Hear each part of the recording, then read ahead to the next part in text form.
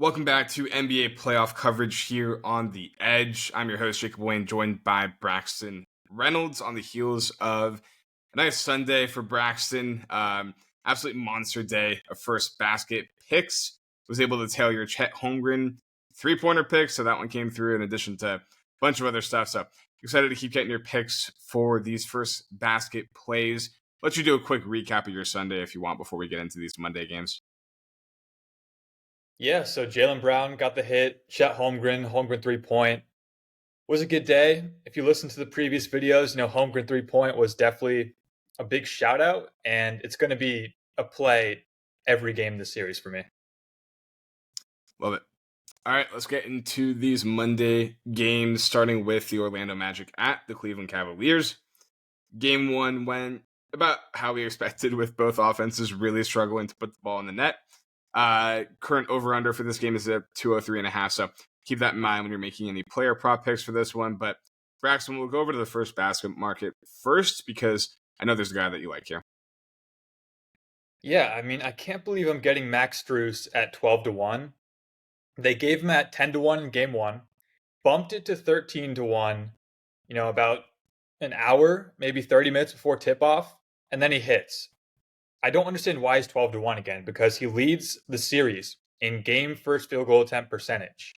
This is a guy that takes the first shot of the game at a very high rate, and you're giving him at the ninth shortest odds, even though he's on the team favored to win the tip off. It really doesn't make sense to me why it's 12-1. I think it should be like 7.5-1, maybe 7-1 at this point. So Max Strus first basket, 12-1 on FanDuel is definitely going to be a play for me. And if it keeps in this range, there's just no way to not play it every game. Love it, man. Yeah, cash on that one with you. So nice pick there. My player prop for this game that I really like is going to be Jared Allen to have a double-double. And this did get steamed up a bit overnight. Still available at minus 165 on FanDuel right now. And I like that number. I think you can also play him to lead the game in rebounding at minus 115 on FanDuel. But basically the bottom line here is the Magic are going small with Jonathan Isaac at the 5. He does have a 7-foot wingspan, so I don't want to say too small, but he doesn't have the physicality to really compete on the glass with Jared Allen. And Jared Allen had an absurd 31 rebounding chances against the Magic in game one. Only 27.8% of his rebounds were contested. So I think basically the Magic are pretty comfortable letting the Cavs eat on the glass, make sure they're getting the half-court defense set. They're not going to push for offensive rebounds. So I think Allen's going to continue to eat on the boards here. In home games this season, 10-plus points in 34 or 36, 94% hit rate. So pairing the double-double play here makes a ton of sense to me. 10-plus rebounds in 25 or 39 home games. But overall, just see a really productive Jared Allen game. However you want to play that, whether it's some alt rebounding lines, whether it's him to lead the game in rebounding, I think it all works for me. So love Jared Allen here. Let's go over to the Philadelphia 76ers at the New York Knicks in our second game here. Current spread sitting at 6 points, over under of 205.5. Braxton, any picks in this one that you like? Yeah, I'm going to go Kyle Lowry over 1.5 threes at minus 138 on FanDuel. So he went 4 for 7 in game one. It's kind of expected because, New York, they're going to want to limit Embiid and Maxey and really force kickouts here. I think they want to be beaten by role players in this game.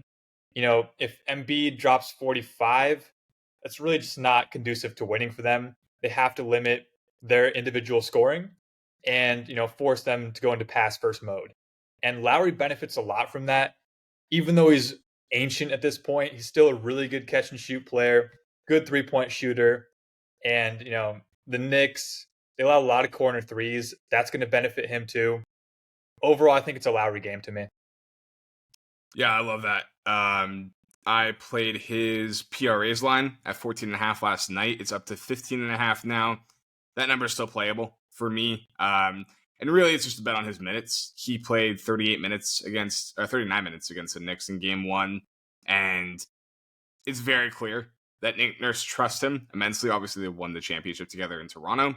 Kyle Lowry also finished 6th in the D LeBron rating. So essentially saying he's a very, very good perimeter defender. And against Jalen Brunson, I think that's crucial, especially with D'Anthony Melton still out of the lineup. But obviously, we're talking about his impact on the offensive end with the PRA's line. But when he plays at least 32 minutes this season, averaging over 13 points per game, like Braxton said, they're going to give him open shots. Like that, they're going to live with Kyle Lowry beating them. And Lowry's been in these games. He's a playoff riser, and I'm going to keep trusting him to produce here against the Knicks. Any first basket plays you like in this one, Braxton? Yeah, I'm playing Maxi at 6.5 to 1 on BetMGM. He is questionable with an illness, so if he doesn't play, it's going to be voided and units returned. So, Maxi, I think he has the speed to get past New York's first line of defense, even though it's very good. And I think he takes a lot of paint field goal attempts versus non-restricted, which will help him here because New York doesn't really allow restricted attempts that much. I like that. All right, let's move on to the final game here on Monday. Got the Los Angeles Lakers at the Denver Nuggets, and game one went just about how every single game between these teams goes. Lakers looked good early, led at halftime. Nuggets kind of played with their food for a bit, and then absolutely took over in the second half. I did notice that the Lakers' pace was much higher in the first half. I don't have the number right in front of me, but they played at a much higher pace in the first half, and very difficult to sustain that with an older roster at altitude in Denver. Now factor in you're playing 48 hours later at altitude, and I think the Nuggets might just destroy them here, to be honest. Looking at the spread right now, it's at 7. I like the Nuggets to cover that, but I'm waiting. I'm going to see if I can get the Nuggets at halftime again. I played them at the half in the first game. I think if it's close to halftime, could get a pretty decent value there. But as far as props go, Braxton, any thoughts on the current lines we're seeing? Yeah, I just want to make one point before. In that play where LeBron missed those 2 bunny layups, if you look at what happened, Davis has his hands on his knees, out of breath, can't even run back to half court. And LeBron is just jogging back. Nikola Jokic outruns him in transition. This altitude is going to be a huge problem for them when, in 2020, it really wasn't that bad because they were younger. So that's one point to watch for in fourth quarter, spreads or money lines for the future. So Yeah. my prop, dude, they just look gassed out at the end of that game. LeBron, dude, he wasn't even trying at the end of the game. He was just not competing on the glass, not looking for points. I think he scored 2 points in the fourth quarter, if I'm not mistaken. Yeah, it's going to be very difficult for them to keep up here.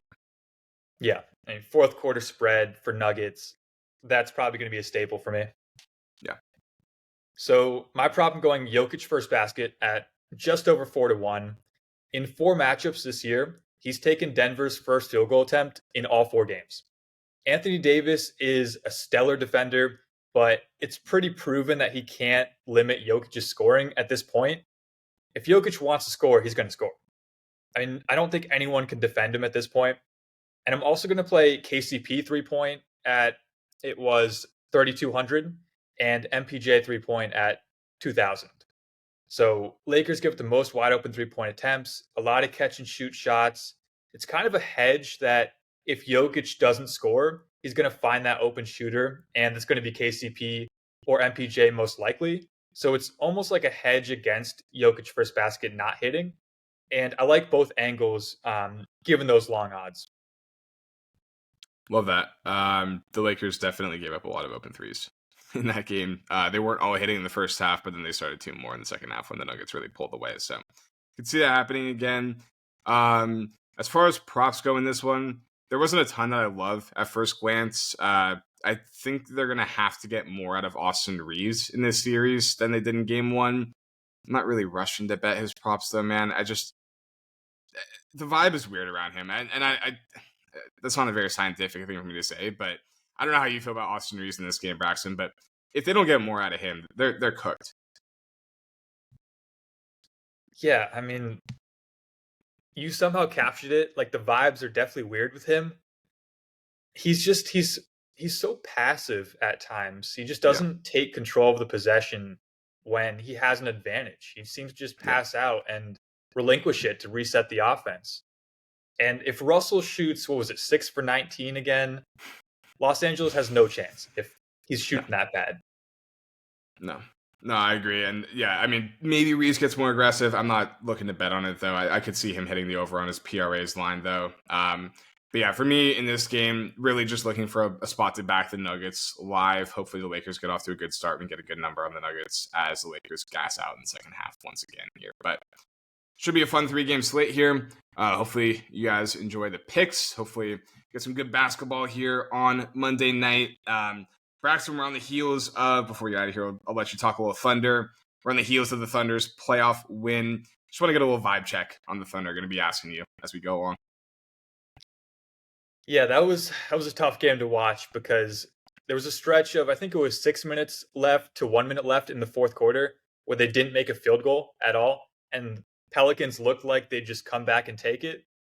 Luckily, OKC clutched it up, but they got to figure out when the Pelicans pretty much have a trident defense, is what I call it, when they have a guy on SGA and then 2 guys pretty much right next to him. So it's like a 3-pronged attack against SGA driving. They have to figure that out because if they don't, it's going to limit his driving space. He's not a good 3-point shooter. So if SGA is not cooking, it can get pretty close.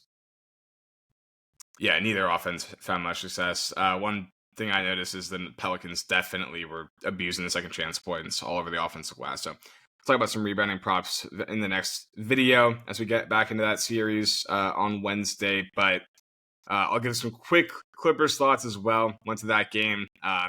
Absolutely electric atmosphere out in LA against the Mavs. And yeah, I mean, just basically went about as perfect as it could.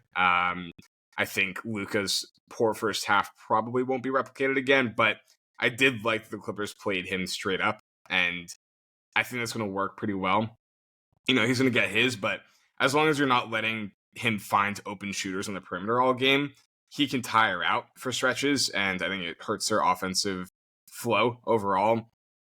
The bottom line to me, though, is Ty Lue is just levels ahead of Jason Kidd as a head coach. And that was the most notable thing to me as I was sitting there watching the game, or standing there for most of it. But Ty Lue is just pacing back and forth up and down the court, getting in the face of all of his players, all of his assistant coaches. He's just micromanaging every aspect of the game. And Jason Kidd is just so much more passive. And that adds up over the course of the game, whether it's an after timeout play, whether it's a crucial substitution, whatever the case may be. I think Ty Lue gives him a huge leg up in that regard. So excited to see that continue to play out. But fired up, Braxton. We are in the playoff hunt.